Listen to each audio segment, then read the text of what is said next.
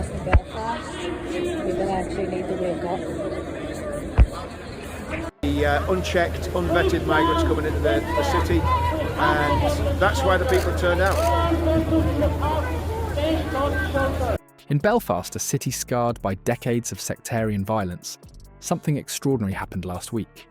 Catholics and Protestants, communities that once bombed and shot each other, stood shoulder to shoulder in protest. What could possibly unite these historic enemies who fought during the Troubles? The answer reveals a seismic shift in British politics that's been building silently beneath the surface, one that Keir Starmer and his government seem utterly blind to. Before we move on, I'd like to ask you a small favour. If you appreciate this content, please take a second to like this video and subscribe to the channel. Over 98% of you watch the videos without subscribing. It costs you nothing, but it makes a huge difference to us. So, did you click the subscribe button? Great. Thank you so much. Now, back to the video.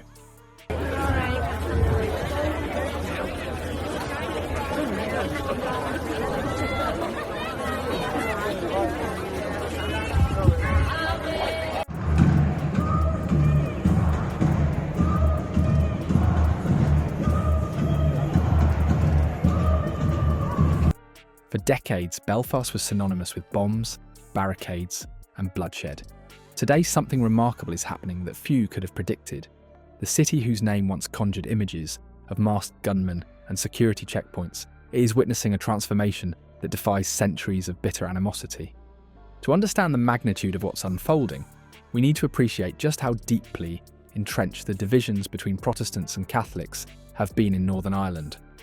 This wasn't merely a religious disagreement. It was an existential conflict about national identity, with Protestants fiercely loyal to Britain and Catholics dreaming of a united Ireland. Walking into the wrong neighbourhood wearing the wrong football shirt could get you beaten.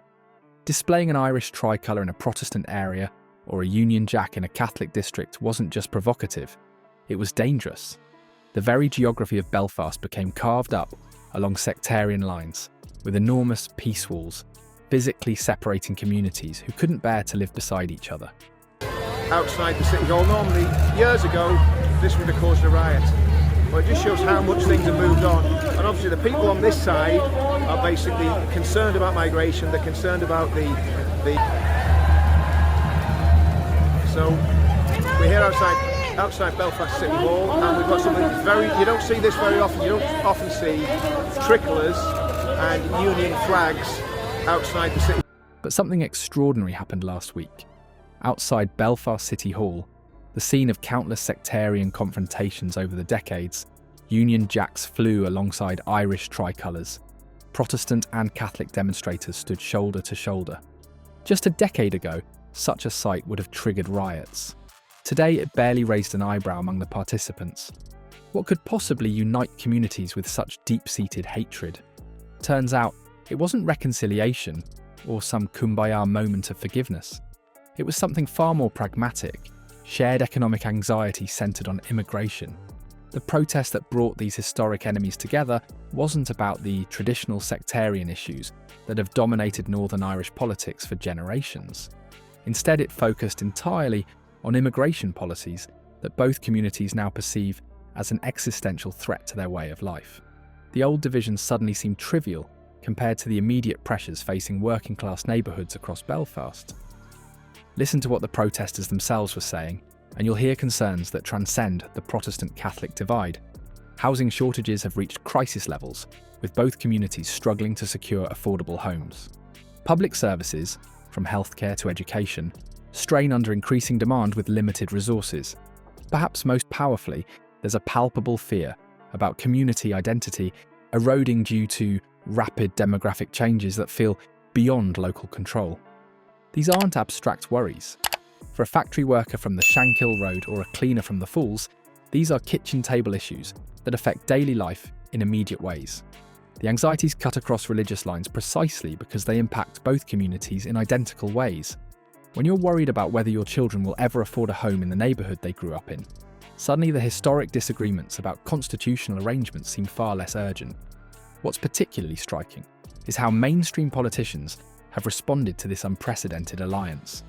Rather than recognising the legitimate economic anxieties, driving this protest, many have dismissed the concerns as simply far-right rhetoric, a lazy characterisation that ignores the complex reality on the ground. The protesters included many ordinary Belfast residents who had never before participated in political demonstrations, hardly the profile of extremists. The political establishment's dismissive attitude reveals just how disconnected they've become from working-class communities. One protester, a Catholic woman in her 50s who had never attended a demonstration before, put it bluntly, "They call us racist because they don't want to admit they've created this mess. We're just trying to protect what little we have left." This unprecedented alliance signals something profound happening in Northern Irish politics, a fundamental realignment that transcends traditional sectarian lines.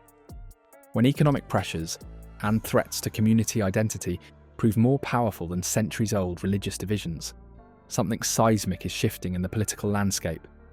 The old political framework that neatly sorted voters into orange and green tribes suddenly looks outdated and inadequate.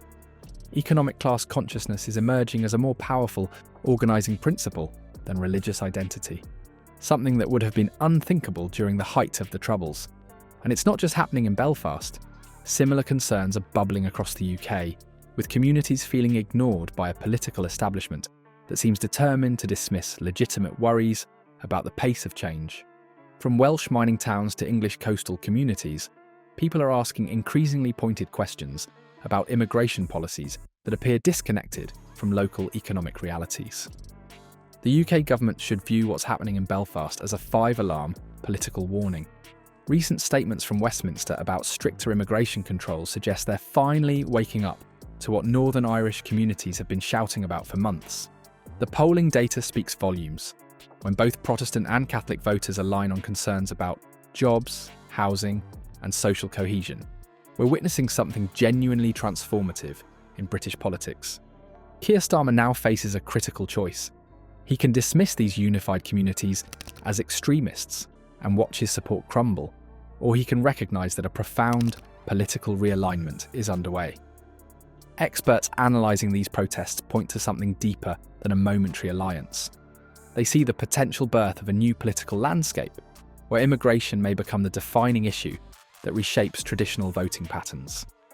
Belfast's unlikely coalition represents the canary in the coal mine for British politics. When centuries-old enemies find common ground outside of sectarian divides, politicians ignore them at their electoral peril. This isn't merely about Northern Ireland anymore.